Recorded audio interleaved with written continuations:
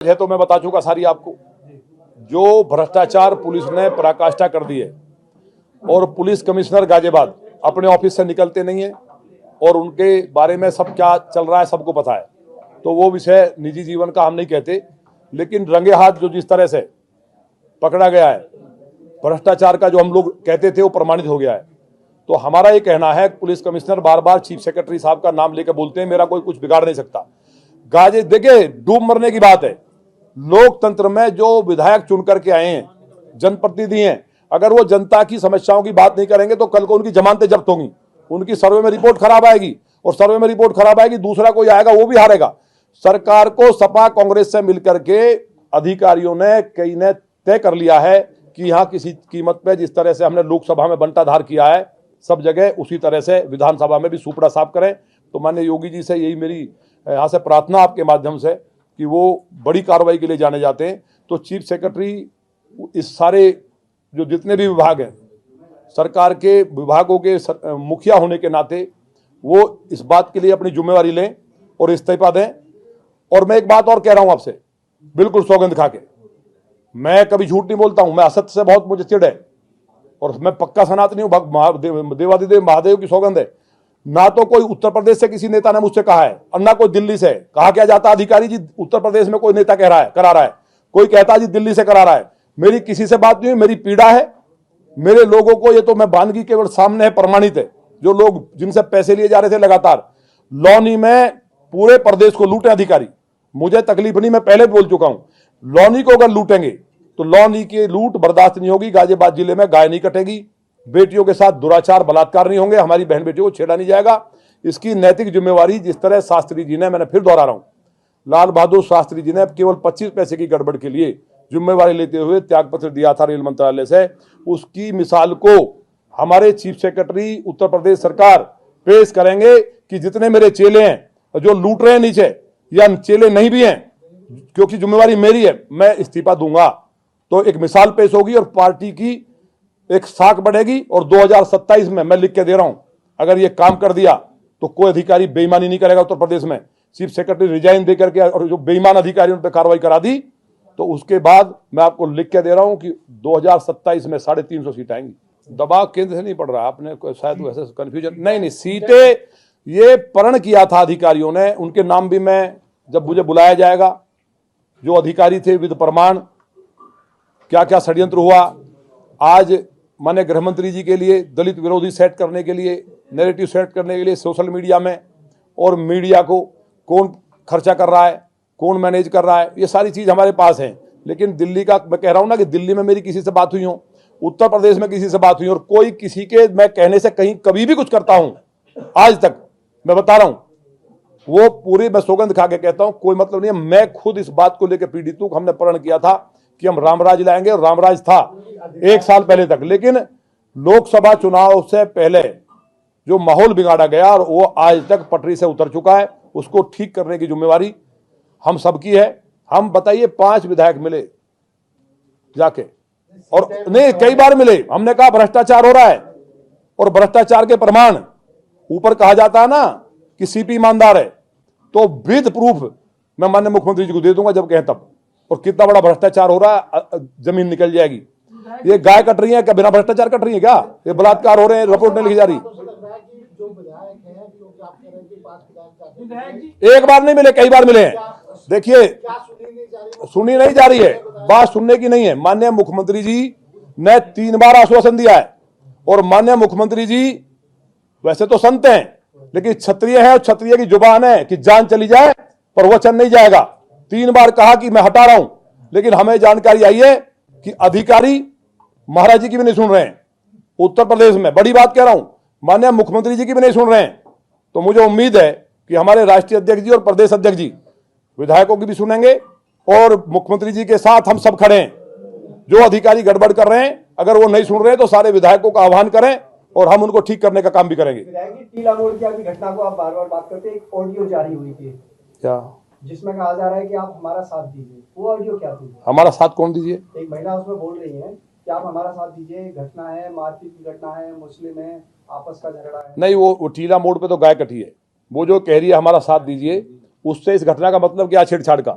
उन्होंने ये कहा है कि वो भाई है सगा, और उन्होंने वीडियो जारी करके कहा भी है, जो पुलिस ने कहा है कि उसका एक बड़ा भाई था सगा, उनका कोई भाई नहीं रहता। अभी आपके बीच में आ रही है। ये हुआ, आपने अभी देखा होगा लोकसभा चुनाव में पार्टी की हालत क्या कर दी। जिस समाजवादी पार्टी पे एक भी कैंडिडेट खड़ा करने की हैसियत नहीं थी, शिवपाल सिंह जी कैंडिडेट खड़ा नहीं कर रहे थे, कहां से लड़े। हमारा सर्वे में 78 तक सीटें आ रही थी। तो ये जो 33 सीट आई, इसके बीच में उन बातों को नहीं कहूंगा, क्या क्या षड्यंत्र हुए, किसने किए, क्यों किए, किसके इशारे पे किए, ये आप लोग अच्छी तरह जानते हैं। मेरा ये कहना है कि गाजियाबाद में हमारी बहन के साथ छेड़छाड़ हुई, लड़कों ने उसके गाल को पकड़ के खींचा, जिले की महामंत्री है भाजपा की। उसके बाद उसकी ननंद जो मुंबई में उनके पति पुलिस में है, वहां से आई हुई थी, उसको धक्का मारा, उसका हाथ नहीं उठ रहा है। एक और बहन जो उसने चिल्लाई तो उसका कुंडल छीन के ले गए। तो क्या सुप्रीम कोर्ट से ऊपर हो गए यहाँ के अधिकारी गाजियाबाद के? उन्होंने उसकी एफआईआर तक लिखना उचित नहीं समझा, जांच कर लेते, जो पाता हो जाता। उसके बाद क्या वीडियो जारी करते हैं, मतलब राजनीति। अगर कोई विधायक कह रहा है कि इसकी जांच कर लो, सच्चाई है, तो राजनीति देखिए क्या हालात बना दी अधिकारियों ने।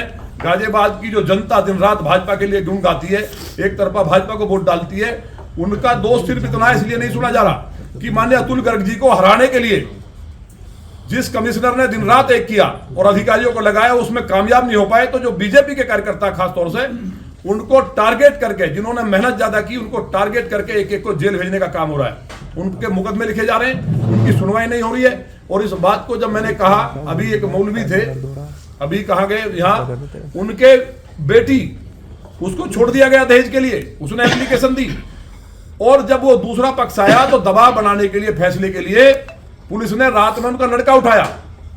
और जब उठाया, मुझे जानकारी हुई जनता दरबार में, तो मैं देख करके सुन करके मैंने इनसे कहा कि आपको कुरान की सौगंध खानी पड़ेगी, झूठ नहीं बोलना है। उसने कहा जी कहीं मुलाकात ही नहीं हुई। थाने में बुलाया, मैंने कहा साहब जैसा कह रहे हो। पुलिस ने हड़काया। नासिर हुसैन, आप इधर आइए। कौन था दूसरा? नहीं, जो चौकी इंचार्ज है। नासिर हुसैन नहीं, नासिर हुसैन एसएसआई है। चौकी इंचार्ज कौन है? एहसान। इन दोनों ने इनसे पैसे की मांग की, और इनको रात में जब कहीं चले गए, इन्होंने कहा साहब कल आ जाऊंगा। इनका बेटा जो है, उसको रात में पुलिस ने बंद कर दिया, अगर पैसे नहीं दिए। और जब मैं वहां गया हूं, उसके बाद बुखार में था वो, 151 कर दी। आप ये बताइए, ये एप्लीकेशन दे चुके हैं पहले ही, बुखार का सर्टिफिकेट है। और ये पुलिस ने ये कहा है, इसलिए हम आपके सामने कह रहे हैं, इनको बुलाया हमने। पुलिस ने कहा है कि इसका झगड़ा हुआ। इनका ये कहना है कि हम मिले ही नहीं उनसे, तो झगड़ा कहां से हो गया? लड़के को रात को सोते हुए को रजाई में से खींच के पुलिस लेके आई है, जब पैसे नहीं दिए।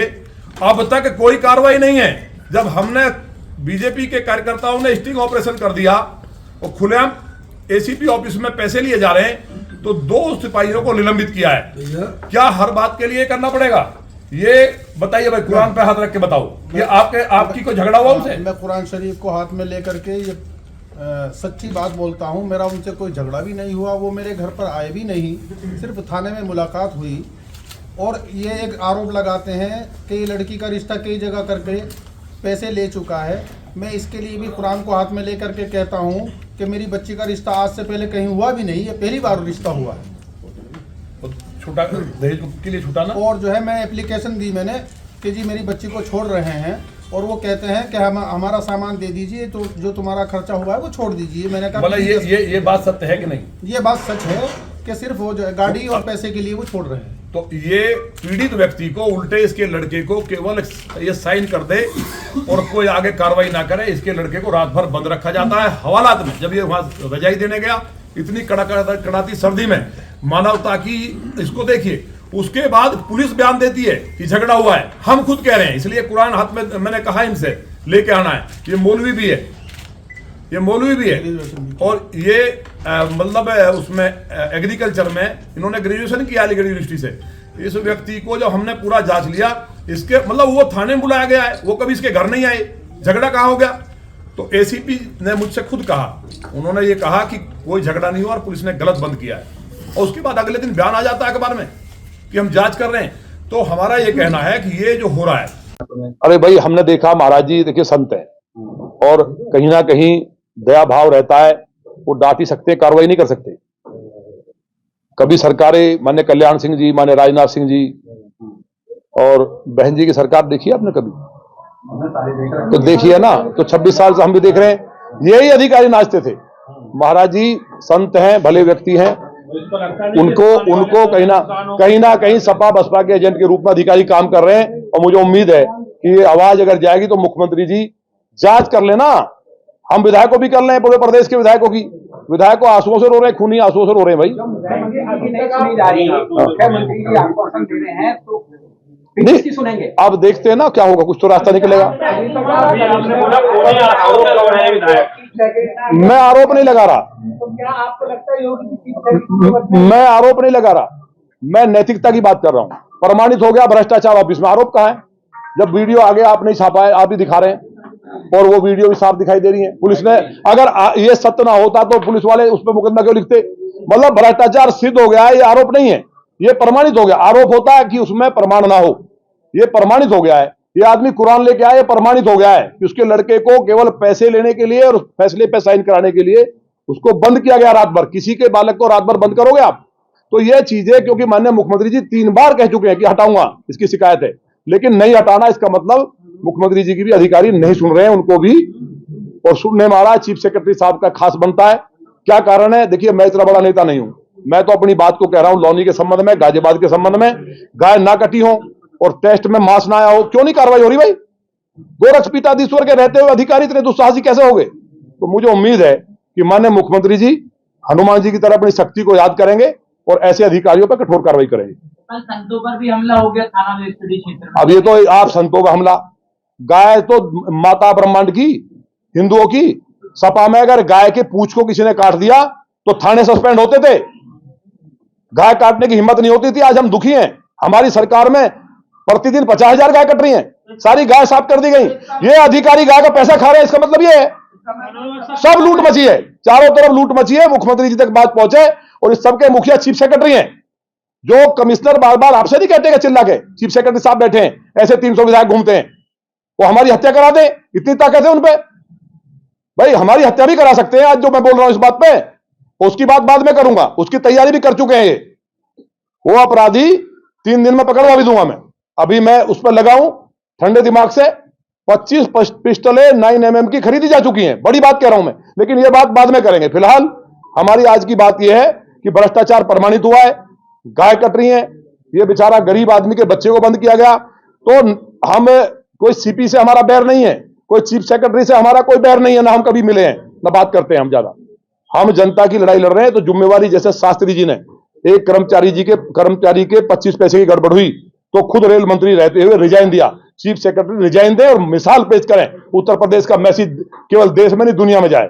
जिस प्रकार से आप एक बार सदन में बैठ गए थे विपक्षी विधायकों को लेकर, आने वाले समय में अगर नहीं सुनवाई होगी तो किस प्रकार? नहीं, हम बैठे नहीं थे, वो तो ऐसे ही सब घूम रहे थे बात करते हुए।